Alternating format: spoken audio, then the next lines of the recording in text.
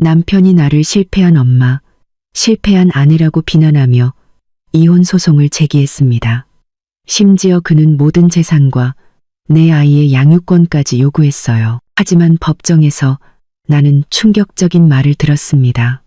7살짜리 딸이 판사님께 판사님, 엄마가 모르는 걸 보여드려도 될까요? 라고 묻는 소리였습니다. 판사님은 고개를 끄덕였습니다. 내 딸은 앞으로 걸어나가 태블릿을 들어 올리고 재생 버튼을 눌렀습니다. 영상이 시작되자 그곳의 모든 사람들이 얼어붙은 듯 침묵에 잠겼습니다. 이야기가 시작되기 전에 이 이야기를 시청하는 여러분들이 어느 지역에서 오셨는지 댓글로 알려주세요. 좋아요와 구독 잊지 마세요. 이 채널이 더 성장하고 더 흥미로운 이야기를 전해드릴 수 있도록 말입니다. 그날 아침은 그들의 집에서 여느 아침과 같이 시작되었습니다. 지수는 수수한 옷차림으로 새벽부터 주방에서 분주히 움직이고 있었습니다. 따뜻한 아침 식사의 냄새가 희미하게 풍겼고 세탁실 구석에서 돌아가는 세탁기의 세제 향과 섞였습니다. 지수는 빠르면서도 조용히 거의 소리 없이 움직였습니다. 그녀는 자신의 집에서 그림자처럼 움직이는 법을 수년 동안 배워왔는데 이는 남편 민준의 평온을 방해하지 않기 위한 노력이었습니다. 오전 6시 민준이 2층에서 내려왔습니다. 그는 말끔하게 다림질된 셔츠를 입고 단정했습니다. 지수는 곧바로 뜨거운 블랙커피와 따뜻한 아침, 식사 한 접시를 식탁에 차려놓았습니다. 민준은 앉아서 지수를 쳐다보지도 않고 컵을 잡았습니다. 오늘 커피가 좀 쓰네. 민준은 무뚝뚝하게 말했습니다. 그의 눈은 휴대폰 화면에 고정되어 있었습니다. 죄송해요, 여보. 아까는 계량이 딱 맞았던 것 같은데요. 지수는 조용히 대답했습니다. 민준은 아무런 대답도 하지 않았습니다. 그는 그저 접시에 담긴 아침 식사를 밀어두고 몇 숟가락 조용히 먹었습니다. 지수는 식탁 근처에 서서 어색하게 다른 지시가 있을지 기다렸습니다. 아무것도 없었습니다. 그들 사이의 침묵은 너무나 짙고 차가워서 식탁 위에 커피에서 피어오르는 뜨거운 김마저 얼어붙게 만들 것 같았습니다. 지수는 그들이 마지막으로 웃으며 아침 식사를 했던 때가 언제인지 잊은 지 오래였습니다. 아마 민준이 야근하는 일이 잦아지고 출장이 길어지기 시작하니 3년 전이었을 것입니다. 유나는 일어났어? 민준은 여전히 얼굴을 들지 않은 채 물었습니다. 네, 여보. 샤워 중이에요. 곧 내려와서 아침 먹을 거예요. 지수가 말했습니다. 정말로 얼마 지나지 않아 작은 발걸음 소리가 계단을 내려왔습니다. 그들의 7살짜리 딸 유나는 단정한 교복 차림으로 달려왔습니다. 그녀의 미소는 그날 아침의 분위기와는 대조적으로 밝았습니다. 엄마, 아빠, 좋은 아침이에요. 유나는 지수의 뺨에 입을 맞추고 민준에게로 향했습니다. 민준은 마침내 휴대폰을 내려놓고 딸에게 억지로 희미한 미소를 지어 보였습니다. 좋은 아침이다, 아가. 밥 다 먹어라. 아빠가 학교에 데려다 줄게. 와, 아빠랑 같이 간다. 유나는 기뻐서 소리쳤습니다. 지수는 안도의 한숨을 쉬었습니다. 적어도 유나 앞에서는 민준이 따뜻하게 행동하려고 노력했습니다. 이 짧은 아침, 식사 시간이 그들이 가진 유일한 가족 시간이었습니다. 유나가 식사를 마치자 민준은 즉시 일어섰습니다. 그는 서류 가방을 들고 유나의 이마에 입을 맞춘 뒤 현관으로 걸어갔습니다. 늘 그랬듯이 그는 마치 아내가 그곳에 없는 것처럼 지수를 지나쳤습니다. 작별 인사도 입맞춤도 심지어 눈길조차 없었습니다. 그저 그의 차가 멀어지는 굉음만이 지수를 커다란 집의 고요함 속에 남겨두었습니다. 지수는 남은 아침 시간을 식탁 정리, 설거지, 빨래, 그리고 방정돈 등의 일과로 보냈습니다. 모든 것을 효율적으로 처리했습니다. 그녀는 항상 집이 완벽하게 정리되도록 노력했습니다. 그녀는 집이 충분히 깨끗하고 요리가 충분히 맛있고 자신이 충분히 조용하다면 예전의 민준이 돌아올지도 모른다고 생각했습니다. 하지만 예전의 민준은 오래전에 떠난 것 같았습니다. 점심 무렵 지수는 학교에서 유나를 데리러 갔습니다. 이 시간이 그녀의 하루 중 가장 좋았습니다. 유나가 친구들에 대해, 미술 수업에 대해, 혹은 점심 도시락에 대해 제잘거리는 소리를 듣는 것이 좋았습니다. 엄마, 유나 오늘 선생님한테 별 5개 받았어요. 질문에 대답을 잘했거든요. 유나는 어머니의 손을 잡고 즐겁게 지적이었습니다. 와, 우리 딸 정말 똑똑하네. 지수는 진심으로 칭찬하며 유나의 작은 코를 꼬집었습니다. 그들이 집에 도착했을 때 지수가 유나의 신발 벗는 것을 돕고 있는데 오토바이 소리가 대문 앞에서 멈추는 소리가 들렸습니다. 제복을 입은 택배 기사가 그녀의 이름을 불렀습니다. 지수 씨 계세요? 택배 왔습니다. 지수는 눈살을 찌푸렸습니다. 그녀는 아무것도 주문하지 않았습니다. 그녀는 대문으로 걸어가 크고 두꺼운 갈색 봉투를 받았습니다. 발신자 이름은 없었고 오른쪽 상단 모서리에 법률사무소 로고만 있었습니다. 지수의 심장이 불편하게 뛰기 시작했습니다. 누구한테 온 거예요? 엄마? 뒤따라온 유나가 물었습니다. 모르겠어. 아가. 아마 그냥 보통 편지일 거야. 유나는 옷 갈아입고 와. 그러고 나서 점심 먹자. 지수는 목소리를 침착하게 유지하려고 노력하며 말했습니다. 유나가 방으로 달려간 후 지수는 거실 소파에 앉았습니다. 봉투를 찢을 때 그녀의 손은 약간 떨렸습니다. 안에는 두꺼운 종이 뭉치가 들어 있었습니다. 맨 위 페이지의 첫 문장이 지수의 숨을 막히게 했습니다. 이혼 소송. 지수의 세상이 멈춘 것 같았습니다. 귀가 윙윙거렸습니다. 그녀는 눈이 잘못된 것인지 바라며 그 단어들을 반복해서 읽었습니다. 원고 이름은 민준, 피고 이름은 지수, 소송 사유. 아내는 결혼 생활의 의무를 수행하는데 완전히 실패했습니다. 지수는 구역질을 느꼈습니다. 실패. 그녀는 이 집을 위해 모든 삶을 바쳤습니다. 민준의 요청으로 경력을 포기했습니다. 유나를 돌봤습니다. 매일 아침 민준의 셔츠가 말끔하도록 확인했습니다. 실패했다니 무슨 의미일까요? 그녀는 계속해서 다음 장들을 읽었습니다. 그녀의 눈은 민준이 제기한 요구에 초점을 잃었습니다. 요구는 잔혹했습니다. 민준은 이혼만 요구한 것이 아니라 지수가 정서적으로 불안정하고 아이를 제대로 양육할 능력이 없다는 이유로 유나에 대한 완전한 양육권을 요구했습니다. 그리고 가장 파괴적인 것은 지수가 금전적으로 아무런 기여도 하지 않았으며 모든 자산은 오직 민준의 노력의 결과로 얻은 것이라는 이유로 그들이 살고 있는 집을 포함한 모든 공동재산, 재산 분할을 요구한 것이었습니다. 지수는 차가운 마룻바닥에 힘없이 주저앉았습니다. 종이들이 그녀 주변에 흩어졌습니다. 그러니 이것이 민준이 몇 달 동안 차갑게 행동했던 이유였습니다. 이것은 그녀의 등 뒤에서 은밀하게 준비된 계획이었던 것입니다. 현관문이 열렸습니다. 민준이 평소보다 일찍 퇴근했습니다. 그는 문간에 서서 바닥에 주저앉아 있는 지수를 바라보았고 그 다음 흩어져 있는 종이들을 바라보았습니다. 그의 표정은 냉정했고 죄책감은 조금도 없었습니다. 여보, 이게 무슨 뜻이에요? 지수의 목소리가 떨렸고 눈물이 고이기 시작했습니다.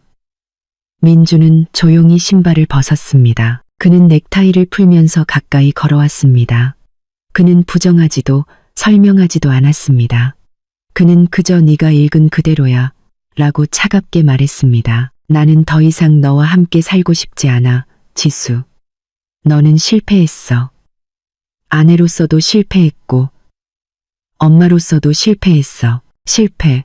지수는 자신이 들은 것을 믿을 수 없다는 듯 울부짖었습니다. 내가 이 집을 돌봤고 내가 유나를 키웠는데 집을 돌봤다고? 민주는 비웃으며 코웃음 쳤습니다. 네가 한 일은 내 돈을 쓰는 것뿐이야. 유나에게는 더 나은 유능한 엄마가 필요해. 너처럼 울고 불평만 할 줄 아는 사람이 아니라. 하지만 모든 재산, 이 집, 그리고 유나는 여보, 당신은 나에게서 뺏어갈 수 없어요. 지수는 히스테리컬하게 소리치기 시작했습니다. 민주는 쪼그리고 앉아 지수가 이전에 한 번도 본 적 없는 날카롭고 증오 가득한 눈빛으로 그녀를 바라보았습니다. 나는 할 수 있고 할 거야. 내 변호사가 모든 증거를 모아놨어. 너는 아무것도 얻지 못할 거야. 지수, 너는 이 집에서 단 한 푼도 없이 나가게 될 거야. 민주는 일어서서 자신의 정장을 다듬었습니다. 그는 계단 쪽을 흘긋 보고 유나가 듣지 못했는지 확인했습니다. 그리고 각오해. 민주는 섬뜩한 미소를 지었습니다. 그 미소는 지수의 피를 얼어붙게 만들었습니다. 내 변호사가 그러는데 내 딸조차 법정에서 네가 얼마나 무능한 엄마인지 증언할 거래. 지수는 공포에 질려 얼어붙었고 그녀의 심장은 산산조각 났습니다. 민주는 그녀를 이혼시키는 것뿐만 아니라 그녀를 완전히 파괴하고 싶었던 것입니다. 지수는 그날 밤 잠을 이루지 못했습니다. 그 잔혹한 대면 이후 민주는 마치 지수가 위협이라도 되는 것처럼 손님방으로 들어가 문을 잠갔습니다. 지수는 딸의 방에서 밤을 보냈고 잠든 유나의 평화로운 얼굴을 바라보며 침대 옆 의자에 앉아 있었습니다. 그녀의 눈물은 멈추지 않고 흘렀습니다. 민준이 어떻게 유나가 자신에게 불리하게 증언할 것이라고 말할 수 있었을까요? 유나는 그녀의 전부였습니다. 그들이 어린 딸에게 무슨 말을 했을까요? 그 생각은 다른 어떤 비난보다 그녀를 괴롭혔습니다. 다음 날 아침, 민주는 아무 일도 없었던 것처럼 행동했습니다. 그는 유나를 깨우고 교복을 준비시키고 학교에 데려다 주었습니다. 그는 지수에게는 한마디도 하지 않았습니다. 유나가 왜 엄마 눈이 부어 보이는지 묻자 민주는 대수롭지 않게 엄마가 컨디션이 좀 안 좋으시단다. 아가라고 대답했습니다. 그들이 떠난 후 진정한 공포가 지수를 덮쳤습니다. 그녀는 싸워야 했습니다. 유나를 그렇게 쉽게 포기할 수는 없었습니다. 그녀는 휴대폰을 들고 그 도시의 유명한 이혼 변호사들의 이름을 검색했습니다. 그러나 쓰라린 현실이 곧 그녀를 때렸습니다. 변호사는 돈이 필요했고 착수금과 상담료가 필요했습니다. 지수는 자신에게 돈이 없다는 것을 깨달았습니다. 그동안 민주는 부엌 살림과 유나의 학교 비용에 딱 맞게 예산이 책정된 월별 용돈만 주었습니다. 저축할 여유는 전혀 없었습니다. 유일한 희망은 그들의 공동 계좌였습니다.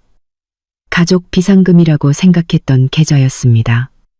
떨리는 손으로 지수는 휴대폰으로 뱅킹 앱을 열었습니다. 그녀는 비밀번호를 입력했고 심장이 쿵쾅거렸습니다. 화면에 잔액이 나타났을 때 지수는 다리에 힘이 풀리는 것을 느꼈습니다. 0. 계좌 잔액은 0이었습니다. 그럴 리가 없었습니다. 수억 원이 있어야 했습니다. 지수는 시스템 오류이기를 바라며 반복해서 새로 고친 버튼을 눌렀지만 숫자 0은 여전히 그녀를 노려보았습니다. 그녀는 거래 내역을 열었고 공포에 질려 눈이 커졌습니다. 6개월 전부터 민주는 체계적으로 큰 금액을 인출하여 지수가 알지 못하는 다른 계좌로 이체했습니다. 마지막 인출은 3일 전에 이루어졌고 계좌에 남은 돈을 모두 털어갔습니다. 민주는 이것을 계획했던 것입니다. 그는 그녀를 떠나는 것뿐만 아니라 그녀가 싸울 수 없도록 고의로 재정적으로 마비시켰던 것입니다. 지수는 절망적으로 울었습니다. 단 한 푼의 돈도 없이 어떻게 변호사를 고용할 수 있을까요? 그녀는 자신의 결혼 예물 보석이 생각났습니다. 그녀는 방으로 달려가 보석함을 열었습니다. 텅 비어 있었습니다. 상자에는 몇 개의 값싼 모조품만 남아 있었습니다. 민주는 그녀의 예물마저 가져갔습니다. 절망 속에서 지수는 법률 구조기관에서 일했던 오랜 친구가 생각났습니다. 그녀는 친구에게 전화하여 울면서 자신의 상황을 이야기했습니다. 친구는 안타까워했지만 이름을 하나 알려주는 것 외에는 할 수 있는 일이 많지 않았습니다. 그분 이름은 공 변호사야. 친구가 말했습니다. 낡은 상가 건물 2층에 작은 사무실을 가지고 계셔. 비싼 변호사는 아니지만 정직하고 헌신적인 분이야.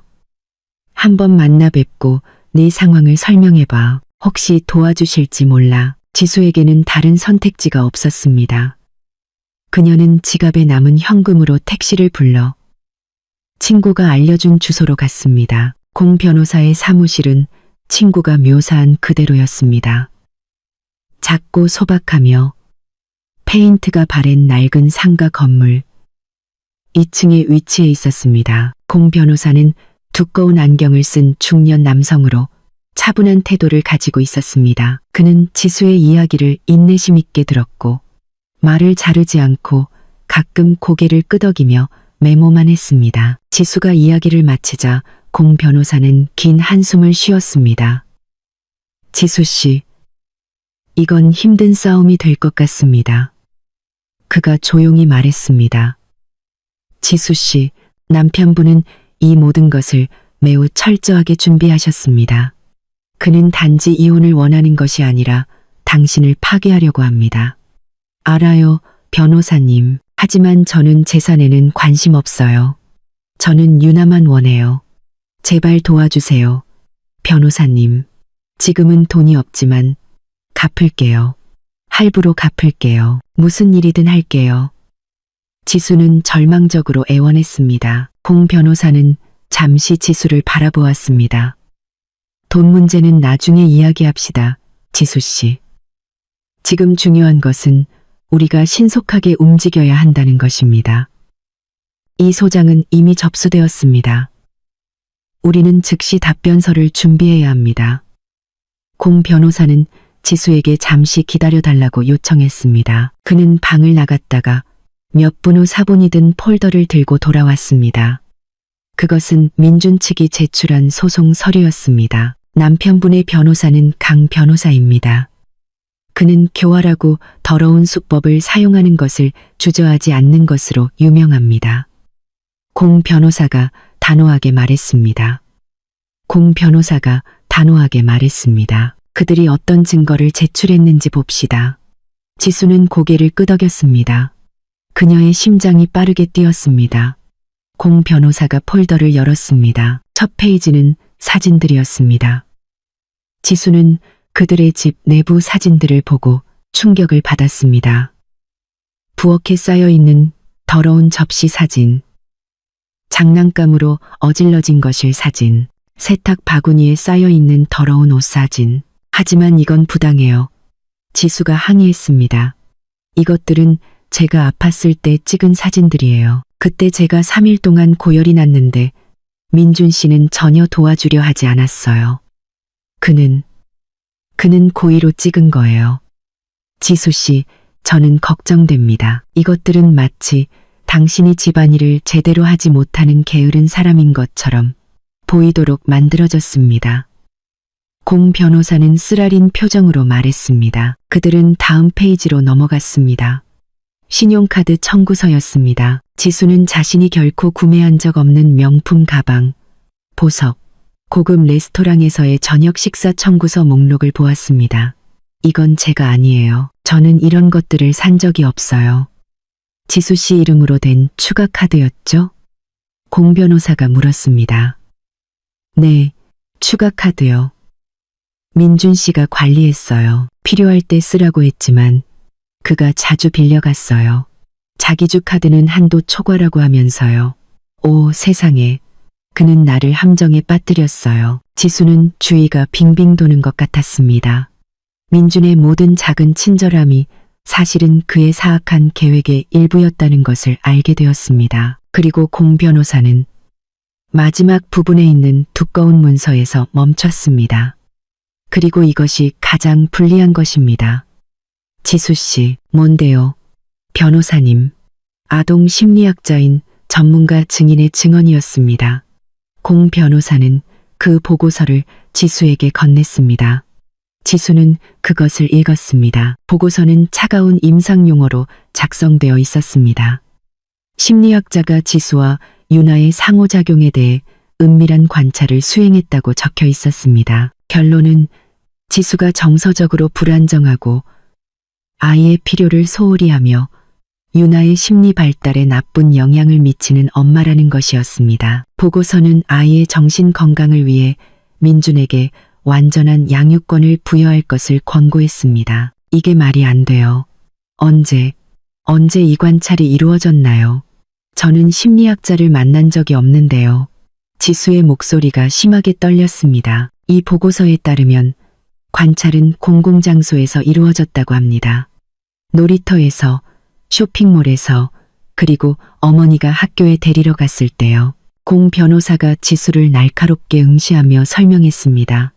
말도 안 돼요. 유나는 저와 함께 있을 때 항상 행복해 보였어요. 이건 명예훼손이에요. 이 심리학자는 누구죠? 공 변호사는 보고서에 표지를 넘겼습니다. 이름은 세나입니다. 세나라는 여자입니다. 공 변호사가 말했습니다. 여기 그녀의 모든 자격증이 나와 있습니다. 그녀는 매우 전문적이고 설득력 있어 보입니다. 공 변호사는 지수를 진지하게 바라보았습니다. 지수 씨, 이 여자 세나를 아십니까? 지수는 당황하여 고개를 저었습니다. 그녀의 눈물이 다시 흘러내렸습니다. 아니요, 변호사님. 저는 몰라요. 저는 살면서 그 여자를 만난 적이 없어요. 당신을 파괴하려는 남자와 한 지붕 아래에서 사는 현실은 조용한 지옥이었습니다. 민주는 집에서 나가지 않았습니다. 그는 단지 손님방으로 옮겼을 뿐입니다. 한때 따뜻한 집은 이제 얼어붙은 전쟁터처럼 느껴졌습니다. 집의 모든 구석에는 감정적인 지뢰가 숨겨져 있었습니다. 지수는 자신의 적과 함께 살아야 했고 매일 아침 그를 보았으며 유나 앞에서는 모든 것이 정상인 척해야 했습니다. 민주는 자신의 전략을 완벽하게 실행했습니다. 유나 앞에서 그는 세상 최고의 아빠였습니다. 그는 몇 달 동안 하지 않던 일인 평소보다 일찍 퇴근하곤 했습니다. 그는 값비싼 선물들을 가져왔습니다. 어느 날 저녁, 그는 만화 속 공주가 그려진 커다란 상자를 들고 돌아왔습니다. 이거 유나를 위한 새 태블릿이야. 민주는 유나를 품에 안고 소리쳤습니다. 이 태블릿은 옛날 것보다 훨씬 좋아. 카메라 성능도 좋고 아빠가 게임도 많이 깔아놨어. 유나의 눈이 반짝였습니다. 와, 고마워요. 아빠. 거실에서 옷을 개고 있던 지수는 그저 침을 삼킬 수밖에 없었습니다. 그녀의 마음은 아팠습니다. 그녀는 민준이 무엇을 하고 있는지 알았습니다. 민준은 딸의 충성심을 돈으로 사고 있었습니다. 지수는 경쟁할 수 없었습니다. 그녀에게는 유나에게 아무것도 사줄 돈이 없었습니다. 봐, 얘야. 민준은 새 태블릿을 켜면서 지수를 비웃는 듯 흘긋보며 말했습니다. 나중에 유나가 아빠랑 같이 살면 매주 새 장난감을 살 수 있어. 엄마처럼 옷이나 개고 있을 줄밖에 모르는 사람과 다르게 말이야. 지수는 손의 움직임을 멈췄고 가슴이 답답해졌습니다. 그녀는 소리 지르고 싶었고 민준에게 욕하고 싶었지만 유나 앞에서는 그럴 수 없었습니다. 만약 그녀가 화를 낸다면 그것은 그녀가 감정적으로 불안정하다는 민준의 비난을 입증하는 것일 뿐이었습니다. 그래서 지수는 그저 조용히 고개를 숙이고 옷 개는 것을 계속했고 민준의 독설이 방 안에 스며들도록 내버려 두었습니다. 그 공포는 매일 계속되었습니다. 민준은 조직적으로 엄마로서의 지수의 권위를 무너뜨렸습니다. 지수가 저녁 식사를 준비하면 민주는 부엌으로 와서 음식을 맛보고 유나 앞에서 말했습니다. 자기야, 수프가 또 좀 짜네. 괜찮아. 내일은 그냥 밖에서 음식을 시켜 먹자. 지수가 유나의 숙제를 돕기 시작하면 민준이 가로챘습니다. 그냥 아빠가 할게. 엄마가 가르치는 방식은 너무 복잡해. 유나가 헷갈려 할 거야. 지수는 자신의 집에서 자신이 점점 작아지고 점점 보이지 않게 되는 것을 느꼈습니다. 그녀는 스스로에게 의문을 품기 시작했습니다. 정말로 자신의 요리가 맛이 없을까? 정말로 아이를 가르칠 수 없을까? 민주는 자신의 역할을 너무나 잘 연기했고 지수를 무능한 여자처럼 보이게 만들었습니다. 그 사이에 끼인 유나는 혼란스러워하는 징후를 보이기 시작했습니다. 그녀가 엄마를 사랑한다는 것은 분명했지만 아빠의 모든 관심과 선물을 좋아하기도 했습니다. 때로는 유나가 보호를 찾는 것처럼 지수를 꽉 안기도 했습니다. 하지만 다른 때에는 특히 민준이 그녀에게 무언가를 속삭인 후에는 어색해 보였습니다. 어느 날 밤 지수는 잠을 이룰 수 없었습니다. 그녀는 딸이 괜찮은지 확인하기 위해 조용히 유나의 방으로 걸어갔습니다. 그녀는 문을 살짝 열었습니다. 유나는 깊은 잠에 빠져 있었습니다. 그녀의 책상 위에는 민준이 새로 사준 태블릿이 놓여 있었습니다. 하지만 지수가 유나를 덮어주기 위해 가까이 다가갔을 때 그녀는 이상한 것을 보았습니다. 유나의 작은 손이 베개 밑에 무언가를 꽉 껴안고 있었습니다. 그녀가 가장 좋아하는 곰인형이 아니었습니다. 지수는 매우 조심스럽게 들여다보았습니다. 그녀의 심장이 뛰었습니다. 그것은 유나의 오래된 태블릿이었습니다. 화면이 여러 군데 금이 간 저렴한 태블릿이었습니다. 지수가 유리 조각이 유나를 다치게 할까봐 항상 가지고 놀지 못하게 했던 태블릿이었습니다. 지수는 눈살을 찌푸렸습니다. 왜 유나는 이 고장난 태블릿을 아직도 가지고 있을까요? 왜 그녀는 그것을 베개 밑에 숨겼을까요? 최신 태블릿은 책상 위에 있는데 말입니다. 지수는 이해할 수 없었습니다. 그녀는 그것이 단지 어린아이가 오래된 장난감에 대한 감정적인 애착 때문이라고 생각했습니다. 그녀는 그 깨진 태블릿 안에 모든 것을 바꿀 비밀이 숨겨져 있다는 것을 몰랐습니다. 그녀는 자신의 방으로 돌아갔습니다. 그녀의 마음은 더욱 혼란스러워졌습니다. 정점은 며칠 후 일어났습니다. 지수는 유나가 학교에서 돌아오기를 기다리고 있었습니다. 그녀는 유나가 가장 좋아하는 초콜릿 케이크를 만들어주겠다고 약속했습니다. 하지만 학교 시간이 1시간이나 지났는데도 유나는 오지 않았습니다. 지수는 학교에 전화를 걸었습니다. 학교 측은 유나가 민준에 의해 픽업되었다고 말했습니다. 지수의 심장이 쿵 내려앉았습니다. 민준은 그녀에게 말하지 않았습니다. 그녀는 민준에게 여러 번 전화를 걸었지만 받지 않았습니다. 2시간이 흘렀습니다. 3시간이 흘렀습니다. 지수는 걱정으로 거의 미쳐버릴 지경이었습니다. 그녀는 거실을 서성거렸습니다. 눈물이 눈가에 고였습니다. 밤 9시가 되어서야 민준의 차 소리가 들렸습니다. 유나는 웃으며 놀이공원에서 받은 커다란 봉투를 들고 들어왔습니다. 그 뒤로 민준은 만족스러운 미소를 지으며 여유롭게 걸어왔습니다. 어디 갔다 온 거예요? 여보, 왜 나한테 말도 없이 유나를 데리고 갔어요? 나 걱정으로 미치는 줄 알았어요. 지수는 울음과 분노를 억누르는 목소리로 소리쳤습니다. 아빠가 나를 환상의 나라에 데려갔어요.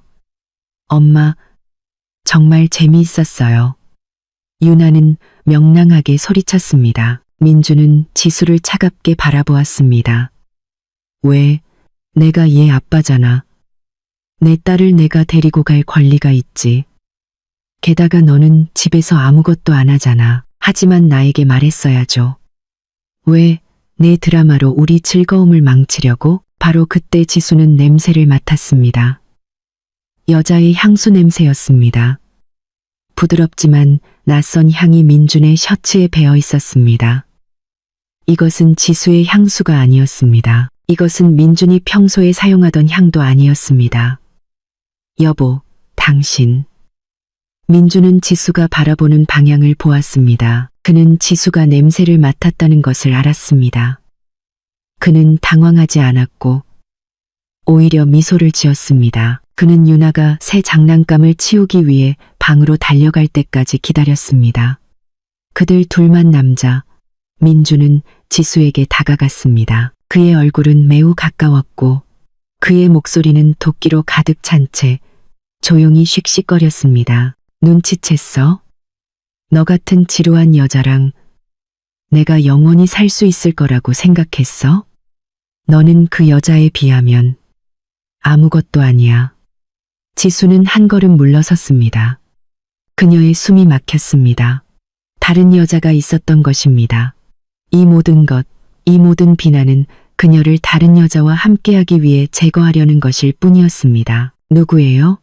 지수가 속삭였습니다. 내 알파 아니야. 그녀는 성공했고 똑똑하고 남자를 기쁘게 하는 방법을 아는 여자야. 너와는 다르게 그날 밤 유나가 지수의 방으로 왔습니다. 엄마, 왜 울어요? 지수는 즉시 눈물을 닦았습니다. 엄마, 괜찮아, 아가.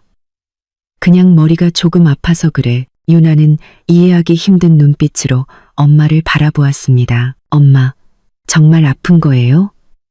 아빠가 그러는데 엄마가 아파서 자주 슬퍼하고 화를 내는 거래요. 아빠가 유나가 아빠랑 같이 가면 엄마는 쉴 수 있고 나을 수 있을 거라고 했어요.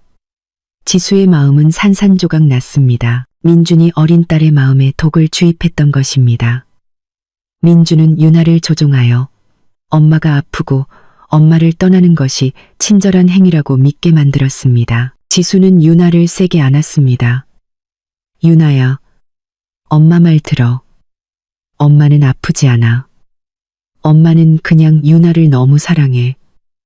엄마는 다시는 화내지 않을게. 약속해. 하지만 이미 상처는 입혀졌습니다.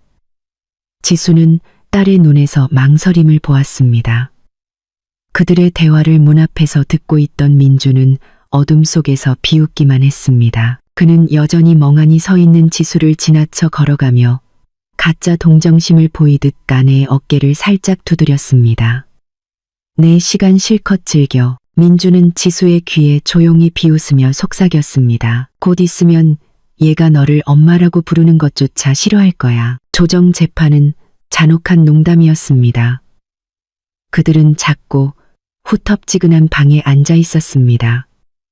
법원이 지정한 조정관은 중간 지점을 찾으려고 노력했습니다. 공 변호사가 차분한 목소리로 말을 시작했습니다. 민준 씨, 지수 씨는 많은 것을 요구하지 않습니다. 그녀는 단지 유나의 양육권, 아니면 적어도 공동 양육권이라도 원합니다. 재산에 대해서는 잘 이야기해 볼 수 있습니다. 공 변호사가 말을 마치기도 전에 매끄럽고 비싼 옷차림의 강 변호사가 재빨리 말을 잘랐습니다. 이야기할 것은 없습니다. 강 변호사는 날카롭게 말했습니다. 그는 손에 든 서류철을 책상에 두드렸습니다. 저희 의뢰인의 입장은 분명합니다. 지수 씨는 이 결혼 생활에서 실패한 당사자입니다. 그녀가 집안일을 돌보고 아이를 양육하는 데 실패했다는 것이 입증되었습니다. 저희 의뢰인은 유나의 미래를 위해 완전한 양육권을 요구합니다. 민주는 그 옆에 앉아 자신이 희생자인 양 무표정한 얼굴을 하고 있었습니다. 저는 단지 제 딸에게 가장 좋은 것을 원할 뿐입니다. 그는 가짜 슬픔이 섞인 목소리로 말했습니다. 지수는 몸을 떨었습니다. 그녀의 곁에서 엄마를 빼앗는 것이 가장 좋은 것이라고요? 강 변호사는 킬킬 웃었습니다. 지수 씨, 만약 계속 고집을 부리신다면 저희는 이것을 재판으로 가져갈 것이고 저희가 가진 모든 증거가 당신을 망신시키리라고 장담합니다. 사진들, 신용카드 청구서, 전문가 증언까지요. 이 합의서에 서명하는 것이 좋을 것입니다. 저희 의뢰인은 당신에게 역소송 없이 집에서 나가도록 허락하는 선의를 베풀고 있습니다. 아무것도 없이 유나 없이 집에서 나가라고요? 당신들은 미쳤어요. 지수가 소리쳤습니다. 조정관이 중재하려고 했지만 민준과 그의 변호사는 요지부동이었습니다. 조정은 완전히 결렬되었습니다. 공 변호사는 그들이 나갈 때 지수의 어깨를 두드렸습니다. 마음을 강하게 먹으세요. 지수 씨. 진정한 싸움은 이제부터 시작입니다. 첫 번째 재판일이 다가왔습니다. 지수는 아침부터 속이 메스꺼웠습니다. 공 변호사는 무슨 일이 있어도 침착함을 유지하라고 상기시켰습니다. 법정은 차갑고 위협적이었습니다. 높은 나무벽, 무거운 의자들, 그리고 너무나 권위적으로 보이는 판사의 망치. 민주는 반대편에 앉아 있었고 비싸고 매끄러운 정장 차림의 강 변호사와 함께 매우 자신감 있는 모습이었습니다. 재판이 시작되었습니다. 강 변호사가 먼저 나섰습니다. 그는 유창하게 말했고 그의 목소리는 크고 확신에 차 있었습니다. 그는 그의 버전의 사실들을 제시했습니다. 그는 집이 어질러진 사진들을 보여주며 지수를 게으르고 지저분한 주부라고 비난했습니다. 그는 신용카드 청구서를 보여주며 지수가 낭비벽이 심하고 재정적으로 무책임하다고 비난했습니다. 존경하는 재판장님, 강 변호사는 극적인 어조로 말했습니다. 저희 의뢰인 민준 씨는 뼈 빠지게 일하는 동안 그의 아내는 집에서 돈을 낭비하고 아이와 집안을 방치했습니다. 지수는 이 모든 것이 거짓말이라고 소리치고 싶었습니다. 민준이 그녀를 함정에 빠뜨렸고 그가 카드를 사용했으며 그가 아팠을 때 고의로 사진을 찍었다고 소리치고 싶었습니다. 하지만 그녀는 테이블 밑에서 자신의 손을 꽉 쥐는 것밖에 할 수 없었습니다. 공 변호사는 그녀를 진정시키는 눈빛으로 막았습니다. 공 변호사의 차례가 되었을 때 그는 반박하려고 노력했습니다.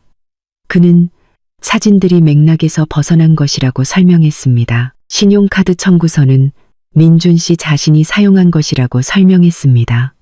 하지만 그의 주장은 약하게 들렸습니다. 강 변호사가 제출한 물리적인 증거에 맞서는 것은 지수의 말뿐이었습니다.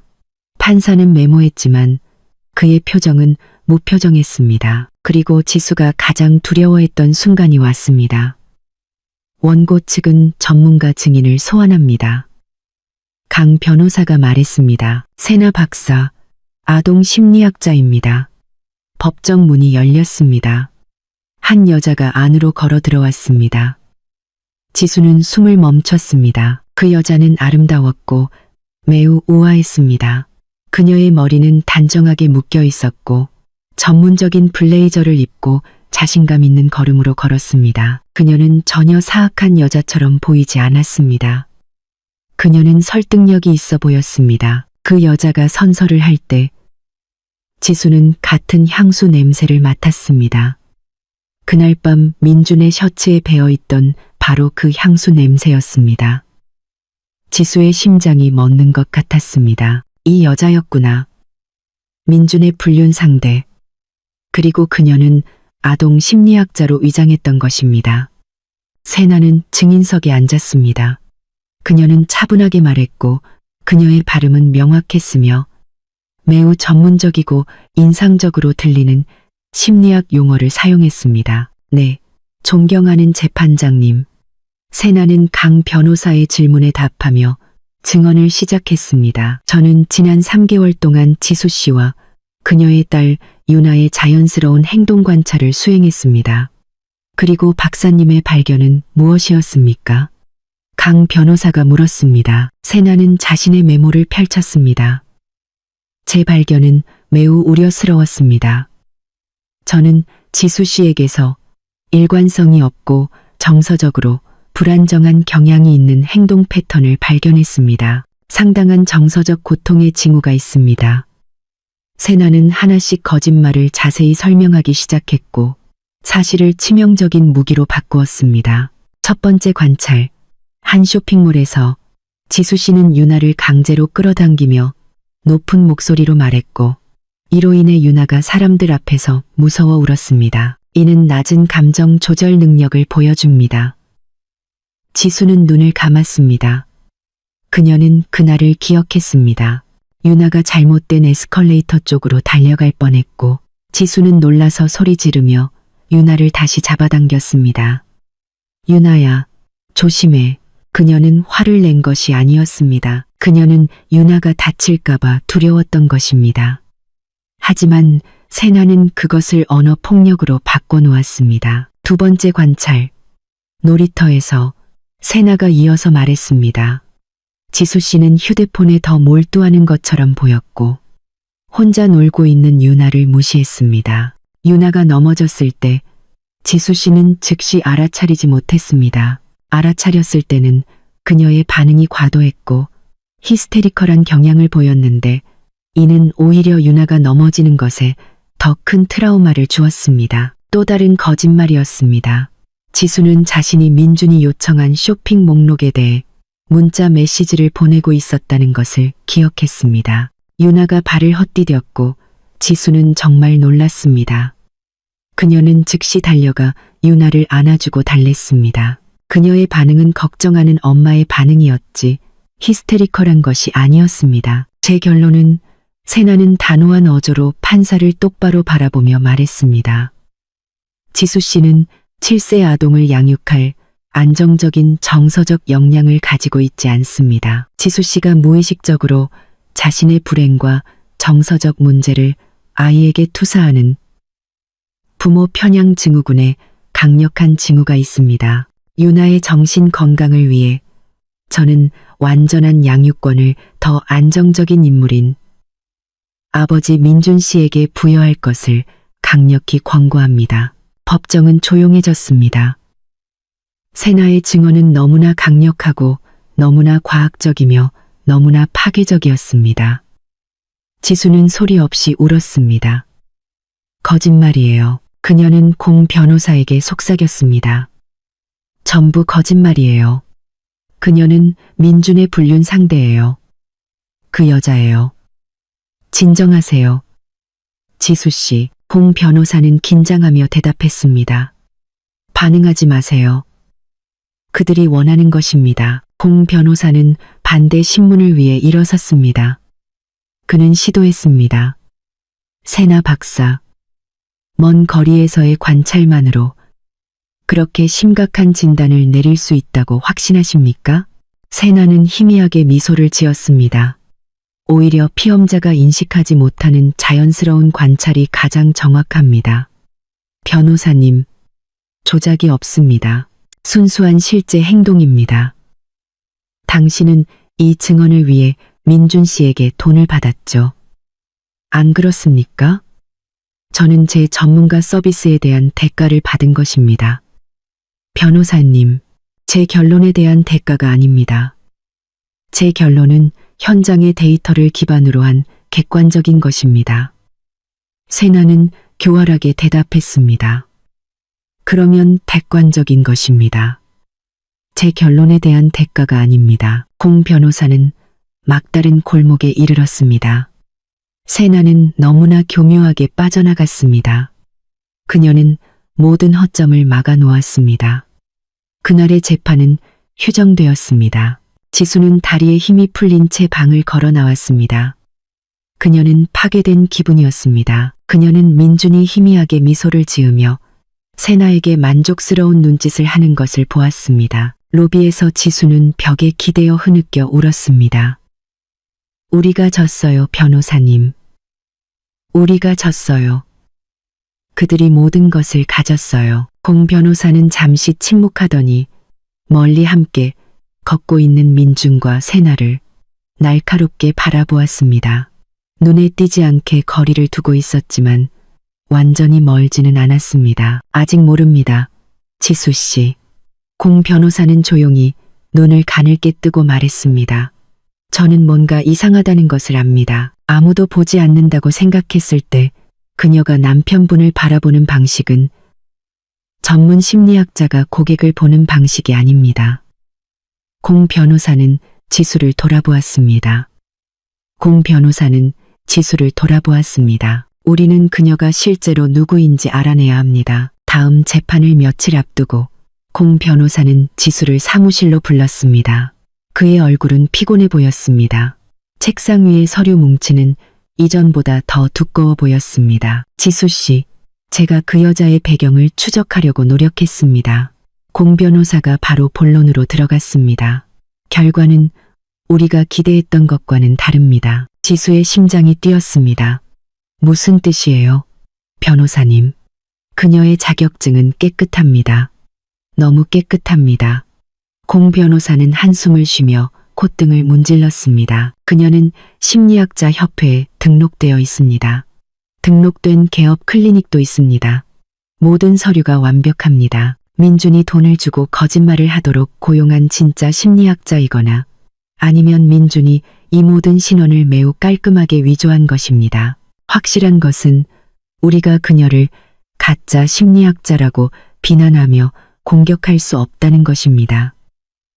법원은 우리의 주장을 즉시 기각할 것입니다. 잠깐 피어났던 지수의 희망은 즉시 사라졌습니다. 그럼 우리가 그녀가 거짓말을 한다는 것을 증명할 수 없다는 건가요? 아닙니다. 우리는 그녀가 심리학자가 아니라는 것을 증명할 수 없을 뿐입니다. 유일한 방법은 그녀의 증언에 반박하는 것입니다. 그리고 그것은 지수 씨가 증언해야 한다는 것을 의미합니다. 공 변호사는 지수를 진지하게 바라보았습니다. 당신은 당신의 관점에서 모든 것을 이야기해야 합니다. 사진에 대해서, 신용카드에 대해서, 민준의 행동에 대해서요. 그리고 가장 중요한 것은 절대로 감정적으로 흥분해서는 안 됩니다. 강 변호사는 분명 당신을 자극하려고 할 것입니다. 그는 세나가 묘사했던 그대로 당신이 판사 앞에서 히스테리컬하게 보이기를 원할 것입니다. 지수는 조용히 고개를 끄덕였습니다. 알겠습니다, 변호사님. 노력할게요. 그날이 왔습니다. 지수가 증인석에 앉을 차례였습니다. 선서 후 공 변호사는 부드러운 질문들로 시작하여 지수가 주부로서의 삶을 이야기하도록 이끌었습니다. 지수는 최대한 차분하게 유지하려고 노력하는 목소리로 설명했습니다. 그녀는 유나를 돌보는 데 집중하기 위해 직장을 그만둔 이야기를 했습니다. 새벽부터 늦은 밤까지의 일과를 설명했습니다. 집이 어질러진 사진들에 대해 지수 씨, 그 맥락을 설명해 주시겠습니까? 공 변호사가 물었습니다. 네, 변호사님, 그 사진들은 약 2개월 전에 민준 씨가 찍은 것입니다. 그때 저는 3일 동안 고열로 심하게 아팠습니다. 저는 침대에서 거의 일어날 수 없었습니다. 저는 민준 씨에게 집안일을 돌봐달라고 부탁했지만 그는 일 때문에 바쁘다고 말했습니다. 그래서 집이 정말 어질러졌습니다. 저에게는 청소할 기운이 없었습니다. 지수가 설명했습니다. 그리고 신용카드 청구서에 대해 그것은 제 이름으로 된 추가 카드였습니다. 하지만 카드는 민준 씨가 더 자주 가지고 있었습니다. 그리고 그는 주카드가 사업상의 일로 한도에 자주 도달한다고 말했습니다. 저는 그를 믿었습니다. 저는 그 명품 가방이나 보석들을 산 적이 없습니다. 소송 서류에서 그것을 보기 전까지는 그 청구서에 대해 알지 못했습니다. 지수는 모든 것을 솔직하게 말했습니다. 그녀는 일부 방청객들이 속삭이기 시작하는 것을 보았습니다. 일부는 그녀를 동정하는 눈빛으로 바라보았지만 판사는 여전히 침묵했습니다. 그의 얼굴은 무표정했습니다. 그때 강 변호사의 차례가 왔습니다. 그 교활한 변호사는 일어나서 넥타이를 다듬고 경멸하는 미소를 지으며 증인석으로 걸어왔습니다. 지수 씨. 그는 꾸며낸 달콤한 어조로 시작했습니다. 그래서 당신은 열심히 일하며 돈을 벌어오는 당신의 남편 민준 씨가 고의로 당신을 함정에 빠뜨렸다고 말하고 싶은 건가요? 그런가요? 지수는 말을 더듬었습니다. 저는 그렇게 말하지 않았어요. 저는 단지 일어난 일을 이야기했을 뿐입니다. 하지만 그렇게 들립니다. 남편이 더러운 집을 사진 찍고 남편이 신용카드를 사용하고 모든 것이 남편 탓이군요. 당신에게는 아무런 잘못도 없는 것 같네요. 당신은 완벽하다는 건가요? 물론 아닙니다. 저는 완벽하지 않지만 실패하지 않았습니다. 실패하지 않았다? 강 변호사는 비웃으며 코웃음 쳤습니다. 지수 씨, 그 사진이 찍혔을 때 당신이 아팠다고 말했습니다. 3일 동안 심하게 아팠다는 것을 증명할 의사진단서가 있습니까? 지수는 침묵했습니다. 저는 병원에 가지 않았어요. 그냥 약국 약을 먹었어요. 나을 거라고 생각했어요. 그러니 증거가 없습니다. 강 변호사가 빠르게 공격했습니다. 당신의 말만 있을 뿐입니다. 방 변호사가 빠르게 공격했습니다. 당신의 말이 실제 사진 증거에 맞서는군요. 흥미롭습니다. 강 변호사는 다른 주제로 넘어갔습니다. 신용카드에 대해 남편이 사용했다고 말했지만 카드는 당신 이름으로 되어 있었습니다. 카드가 오용되었다고 은행에 신고한 적이 있습니까? 없습니다. 남편에게 나무란 적이 있습니까? 없습니다. 당신은 아무 말도 하지 않았습니다. 이것은 당신이 재정적으로 태만하고 무책임하다는 것을 보여주는 것이 아닙니까? 아니면 당신이 모든 구매를 승인했다는 것입니까? 저는 그를 믿었습니다. 그는 제 남편이었으니까요. 지수의 목소리가 커지기 시작했습니다. 맹목적인 신뢰. 강 변호사가 소리쳤습니다. 가족 재정을 망친 신뢰입니다. 그리고 이제 당신은 남편을 비난하는군요. 저는 비난하는 것이 아닙니다. 충분합니다. 강 변호사는 손을 들어 올렸습니다. 그는 자신의 테이블로 돌아가 크게 인쇄된 사진 한 장을 들었습니다. 그는 판사와 모든 사람이 볼 수 있도록 높이 들어 올렸습니다. 존경하는 재판장님, 증거 PCB를 제시할 수 있도록 허가해 주십시오. 지수의 눈이 공포에 질려 커졌습니다. 그것은 그녀의 사진이었습니다. 이혼 소장이 오기 몇 주 전에 그들의 침실에서 찍힌 머리가 헝클어진 채 울고 소리 지르는 그녀의 사진이었습니다. 지수 씨, 이 사진에 대해 설명해 주시겠습니까? 강 변호사가 승리감에 찬 어조로 물었습니다. 지수는 심하게 떨었습니다. 눈물이 다시 고이기 시작했습니다. 그것은 세나 박사가 말한 것의 실제 증거가 아닙니까? 불안정한 감정, 히스테리.